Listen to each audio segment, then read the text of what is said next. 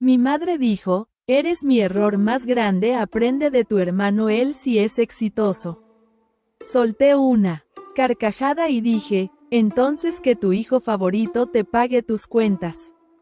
A la semana mi hermano la abandonó y ahora ella me llama llorando. Mi nombre es Mauricio y desde que tengo uso de razón mi madre Elena me ha tratado como si yo fuera un estorbo en su vida. No es que me lo haya dicho siempre con esas palabras exactas, aunque después sí y sin anestesia, pero lo sentía en todo, en cómo me miraba, en cómo me hablaba, en cómo siempre encontraba una manera de hacerme sentir menos. Sus ojos brillaban cuando miraba a mi hermano David, como si él fuera un trofeo reluciente, mientras que conmigo eran opacos, fríos, como si yo no valiera ni el tiempo que le tomaba regañarme. Crecí con eso, con ese desprecio que a veces era silencioso y otras veces explotaba en frases que se me clavaban como cuchillos. Si tan solo fueras más como tu hermano David, si sabe cómo hacer las cosas, tú nunca vas a llegar a nada. Y yo, ¿qué quieren que les diga? Me lo tragué todo, no porque me gustara, sino porque no sabía cómo cambiarlo. Cómo hacer que me mirara con algo que no fuera decepción. David siempre fue el favorito, el hijo dorado desde que éramos pequeños. Él era el que sacaba buenas notas sin despeinarse, el que se llevaba los aplausos de mi madre en cada reunión familiar, el que siempre tenía una excusa para no levantar un dedo en la casa. Yo, en cambio, era el que cargaba las bolsas pesadas del mercado, el que arreglaba el grifo cuando goteaba, el que se quedaba escuchando los sermones eternos de Elena por cualquier tontería. No me malentiendan, no lo odiaba por eso. David era mi hermano y aunque a veces me sacaba de quicio con su actitud de príncipe, lo quería, solo que nunca entendí por qué mi madre lo ponía tan alto mientras a mí me hundía en cada oportunidad que tenía. Cuando terminé la escuela no fui a la universidad como David. No fue porque no quisiera, sino porque no había plata para los dos. Y adivinen a quién eligió mi madre para darle todo su apoyo. David tiene futuro, me dijo un día mientras doblaba ropa en la sala. Tú encuentra un trabajo y ayuda en la casa, Mauricio. Así que eso hice. Conseguí un empleo en una fábrica de muebles, cargando madera, lijando tablas, aprendiendo el oficio desde cero. No era un trabajo de esos que te hacen presumir en una reunión, pero pagaba las cuentas. Y cuando digo las cuentas, no me refiero solo a las mías. Mi madre no trabajaba desde que mi padre nos dejó cuando éramos chicos. Se fue una mañana sin decir nada y nunca más supimos de él. Y aunque ella decía que estaba buscando algo, eso nunca pasaba. Así que con mi sueldo empecé a pagar el alquiler, la luz, el agua, el gas, la comida, todo lo que necesitaba la casa. David, mientras tanto, se graduó de administración de empresas, consiguió un trabajo en una oficina bonita con aire acondicionado y un sueldo decente. ¿Y saben cuánto aportaba él? Ni un peso, nada. Al principio no me molestaba tanto, pensaba que era mi deber, que un hijo tenía que hacerse cargo de su madre, especialmente una como la mía que siempre estaba quejándose de lo dura que era la vida, pero con el tiempo empezó a pesarme como una piedra en la espalda. David vivía con ella en la misma casa donde crecimos y no pagaba ni el alquiler ni la luz, ni siquiera la comida. Se compraba ropa cara, salía con sus amigos a restaurantes de esos que yo solo veía en fotos. Se iba de viaje los fines de semana con esa sonrisa de todo me sale bien, y yo, como un idiota, seguía mandándole el dinero a mi madre cada mes para que no les cortaran los servicios. ¿Por qué no le pides a David que ayude?, le preguntaba a veces, tratando de no sonar tan enojado como estaba. Ay, Mauricio, no seas envidioso, me respondía ella con ese tono de superioridad que me sacaba de casillas. Él está construyendo su futuro, no como tú. Con los años mi vida dio un giro en la fábrica. Me fui ganando el respeto de los jefes. Empecé como ayudante cargando madera y barriendo a Serrín, pero aprendí rápido. Me enseñaron a manejar las máquinas grandes, esas que cortan las tablas con un zumbido que te deja medio sordo, y después me mostraron cómo diseñar muebles, cómo calcular costos, cómo hablar con los clientes. Después de unos años me ascendieron a supervisor. No era un puesto de esos que salen en las películas, pero el sueldo mejoró bastante. No era una fortuna, pero me alcanzaba para ahorrar un poco. Después de mandar la plata a mi madre, me mudé a un apartamentito pequeño, un lugar con paredes descascaradas y un baño que goteaba, pero era mío. Por fin tenía algo que no compartía con nadie, y aunque seguía ayudando a Elena, empecé a soñar con algo más grande. Tener mi propio taller, hacer mis propios muebles, ser mi propio jefe. David, mientras tanto, seguía en su mundo de fantasía. Se compró un carro, uno de esos que brillan bajo el sol y que te hacen girar la cabeza cuando pasan, y se la pasaba subiendo fotos a redes sociales presumiendo su vida perfecta. Mi madre no paraba de hablar de lo exitoso que era. Mira a tu hermano Mauricio, él sí sabe cómo vivir, me decía cada vez que iba a visitarla. Yo asentía y me callaba, pero por dentro me hervía la sangre. Exitoso, claro, fácil ser exitoso cuando no pagas ni el jabón con el que te lavas la cara, cuando vives gratis en la casa de tu madre porque tu hermano carga con todo. Las cosas siguieron así por años, yo trabajando duro, mandándole dinero a mi madre, viendo cómo David se aprovechaba de la situación sin mover un dedo. Pero todo explotó un día que no voy a olvidar jamás. Era un sábado por la tarde, de esos en los que el sol pega fuerte y el calor te hace sudar hasta sentado. Fui a visitar a mi madre porque me había llamado esa mañana con esa voz seria que usaba cuando quería algo. Mauricio, necesito que vengas, tenemos que hablar, me dijo por teléfono. No me dio detalles, pero ya me imaginaba que era otra de sus peticiones disfrazadas de emergencia. Cuando llegué a la casa, ella estaba sentada en el sillón de la sala, ese que tiene una mancha de café que nadie sabe cómo quitar. David estaba en su cuarto como siempre, jugando videojuegos con el volumen tan alto que se escuchaba hasta la calle. Me senté en la silla de siempre, una vieja de madera con un resorte medio suelto que chirriaba cada vez que me movía, y le pregunté qué pasaba. Mauricio, empezó ella cruzándose de brazos y poniéndose esa cara de drama que también conocía, necesito que me ayudes con unas cositas. Este mes, la luz subió mucho y el agua también. Aparte, tú sabes que David necesita el internet para su trabajo. Me quedé mirándola esperando que dijera algo más, que al menos mencionara a David como parte de la solución, pero no. Solo me miraba con esos ojos que decían, tú tienes que resolverlo como siempre. Apreté los dientes tratando de no explotar todavía y le dije, y David no puede ayudar con eso, vive aquí, usa el internet, come la comida que yo pago. Ella frunció el ceño como si le hubiera insultado a su primogénito perfecto. Mauricio, no empieces con eso otra vez. David está haciendo cosas importantes, él tiene una carrera, no como tú que eres empleado de una simple fábrica. Sabes, eres mi error más grande. Si hubiera sabido que ibas a ser un fracasado, no te hubiera parido. Aprende de tu hermano, él sí es exitoso. Esas palabras me pegaron como un puñetazo en el pecho. No era la primera vez que me decía algo así, pero esa vez fue diferente, tal vez porque ya estaba harto, tal vez porque ya no era el mismo Mauricio que se quedaba callado y agachaba la cabeza. Solté una carcajada fuerte, de esas que te salen sin querer y que resuenan en toda la casa. Ella me miró como si me hubiera vuelto loco.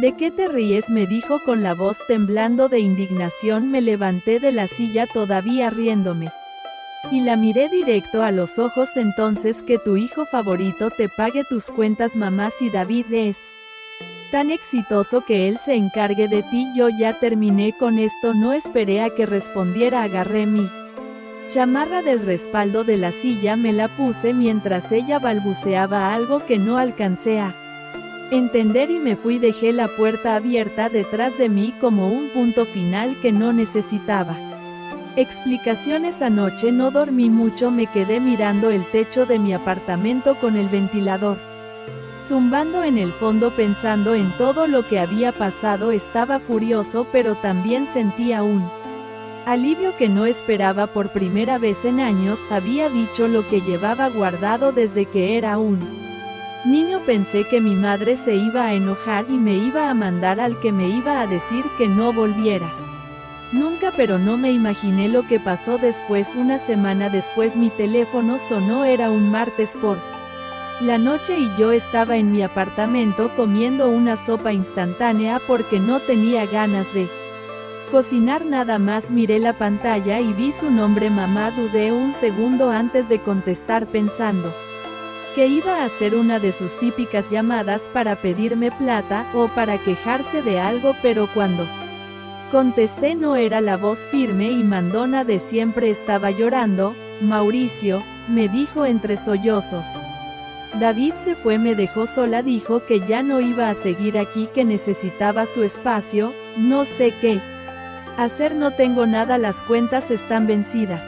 Me quedé callado sosteniendo el teléfono contra mi oreja procesando lo que me decía David. El hijo perfecto, el exitoso, se había alargado, se había ido de la casa dejando a mi madre sin nada después de años de vivir de mí, de mi esfuerzo, de mi dinero. Y ahora, después de todo lo que me había dicho, después de tratarme como basura, Elena venía a mí al terror más grande buscando ayuda. No supe si reír o enojarme, solo le dije con la voz más tranquila que pude, ya veo mamá, déjame pensarlo. Y colgué esa llamada. Me dejó dando vueltas en la cabeza toda la noche. No sabía si sentir lástima por ella con sus lágrimas y su voz rota o satisfacción por ver cómo se le derrumbaba ese mundo perfecto que había construido alrededor de David. Pero una cosa tenía clara, las cosas no iban a volver a ser como antes, no después de esto. Esa noche, después de colgarle el teléfono a mi madre, no pude dormir. Me quedé sentado en el sillón de mi apartamento con la sopa instantánea ya fría en la mesa, mirando la pared como si ahí estuviera escrita la respuesta a todo lo que me estaba pasando. El ventilador seguía zumbando, un ruido constante que normalmente me calmaba, pero esa vez solo me ponía más nervioso. Mi madre llorando, su voz temblorosa diciendo, David se fue, no sé qué hacer.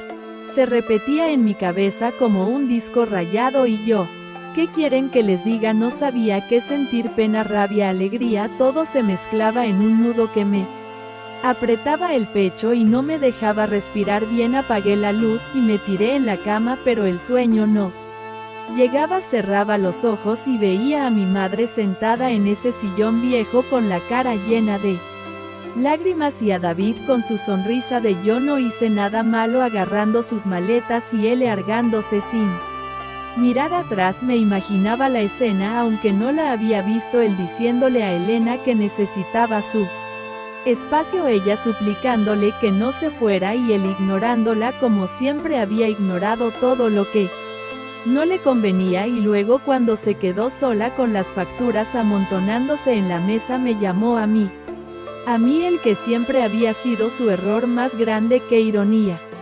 No, a la mañana siguiente me levanté con los ojos pesados y un dolor de cabeza que no se quitaba ni con café. Era miércoles y tenía que ir a la fábrica. Me puse la misma camisa de siempre, una azul que ya estaba medio desgastada en los codos, y salía al trabajo como si nada, pero mientras manejaba la máquina de cortar madera, mientras veía las tablas pasar y el aserrín volando por el aire, no podía dejar de pensar en esa llamada. Mis compañeros me notaron raro. Oye, Mauricio, ¿qué te pasa hoy? Pareces zombie, me dijo Carlos, uno de los carpinteros con los que más hablaba. Le sonreí a medias y le dije que no era nada, que solo había dormido mal. No iba a contarle mi vida, no.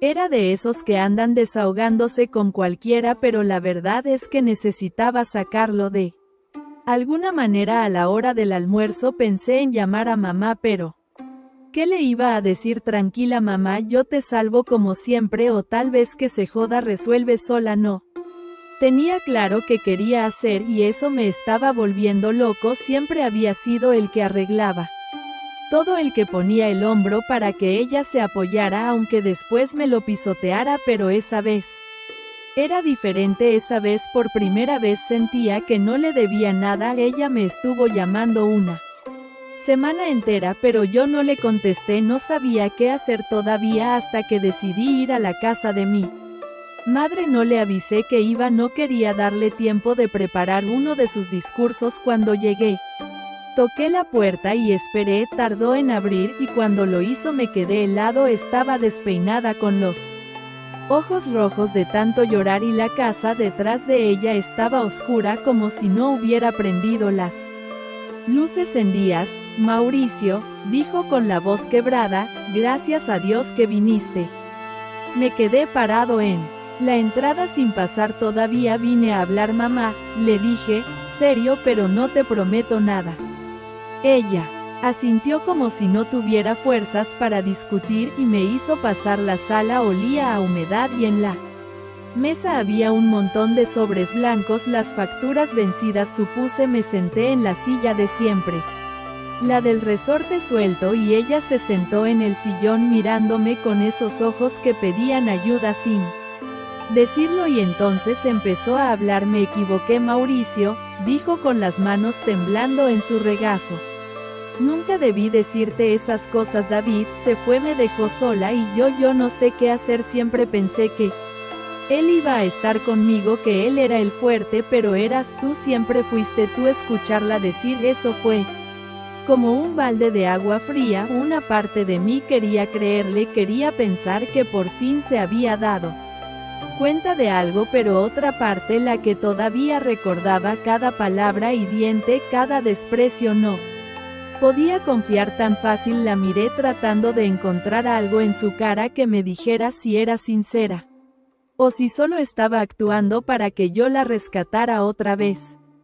¿Por qué se fue David?, le pregunté cruzándome de brazos. Ella bajó la mirada como si le diera vergüenza contarlo. Le dije que necesitaba que me ayudara con las cuentas, que ya no podías tú solo. Se enojó, dijo que no era su responsabilidad, que él tenía su vida y que yo no podía exigirle nada. Agarró sus cosas y se fue ese mismo día. Me quedé callado procesando eso. Así que David no solo se había ido por egoísmo, sino porque mi madre por fin le había pedido algo, y él, como siempre, había elegido su comodidad por encima de todo. Solté una risa seca sin querer, y ella me miró confundida. ¿Qué te pasa?, preguntó. Nada, dije sacudiendo la cabeza, solo que es gracioso. Toda la vida me despreciaste y me dijiste que aprendiera de él, y mira cómo terminó. Ella no dijo nada, solo se quedó mirando el suelo, y yo por primera vez en mucho tiempo sentí que tenía el control. Por un lado, verla así tan frágil y derrotada me removía algo por dentro, algo que no quería admitir, pero por otro, cada palabra que me había dicho en mi vida, eres mi error más grande, nunca vas a llegar a nada, resonaba en mi cabeza como un eco que no se apagaba. ¿Qué quieres que haga, mamá?, le pregunté al fin, rompiendo el silencio. Mi voz salió más dura de lo que esperaba, pero no me arrepentí. Necesitaba escuchar su respuesta, saber si esto era otra de sus trampas para hacerme sentir culpable y seguir cargando con todo. Ella levantó la mirada y por un segundo pensé que iba a ponerse a llorar otra vez, pero no, se enderezó un poco en el sillón como si quisiera parecer más fuerte de lo que estaba y dijo, necesito que me ayudes, Mauricio, solo por esta vez paga las cuentas, dame un poco de tiempo para arreglar las cosas, no tengo a nadie más. Esas palabras, no tengo a nadie más, se me clavaron como un cuchillo, no porque me dieran lástima, sino porque eran mentira. Ella había tenido a David toda la vida, lo había elegido una y otra vez, lo había puesto por encima de mí en cada decisión, y ahora que él se había ido, ahora que su hijo favorito la Había dejado tirada, venía a mí como si yo fuera su salvavidas. Me dieron ganas de reír, pero me contuve. En vez de eso me crucé de brazos y la miré fijo y después, ¿qué, mamá?, le dije, voy a seguir pagando todo como siempre, voy a ser el idiota que te saca del hoyo cada vez que David te falla. Ella frunció el ceño como si no esperara que le hablara así. No seas injusto, Mauricio, siempre te he agradecido lo que haces, pero David, él era diferente, tenía un futuro brillante. Yo solo quería apoyar. Lo injusto, repetí, y esta vez sí solté una risa seca de esas que salen del fondo del pecho. Tú me has tratado como basura desde que nací, mamá, me has dicho 1000 veces que soy un error, que no valgo nada, y aún así he pagado tus cuentas, he mantenido esta casa, te he dado todo lo que podía. ¿Y David? ¿Qué ha hecho él por ti? Nada, se largó en cuanto le pediste algo, y ahora estoy aquí escuchándote decir que no tienes a nadie más.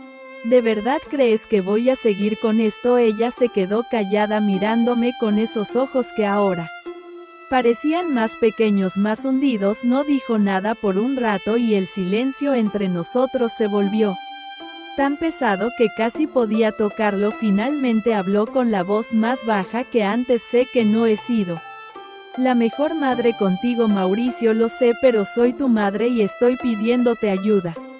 ¿No significa eso algo para ti? Esa pregunta me pegó duro. Claro que significaba algo. Era mi madre, la mujer que me había criado, la que me había dado la vida, aunque esa vida viniera con más golpes que abrazos. Pero mientras la miraba, mientras veía cómo intentaba jugar la carta de la familia para atraparme otra vez, algo dentro de mí se rompió. No era lástima ni culpa lo que sentía ahora, era rabia, rabia por todos los años que había pasado tratando de ganarme un cariño que nunca llegó, por todas las veces que me había humillado, por todo el peso que había cargado solo porque ella decidió que yo no valía lo mismo que David. No, mamá, dije al fin poniéndome de pie, no significa nada, ya no me cansé de ser tu plan B, de que me busques solo cuando no tienes a nadie más. Si necesitas ayuda, búscala en otro lado. Yo terminé. Ella abrió la boca para decir algo, pero no la dejé. Caminé hacia la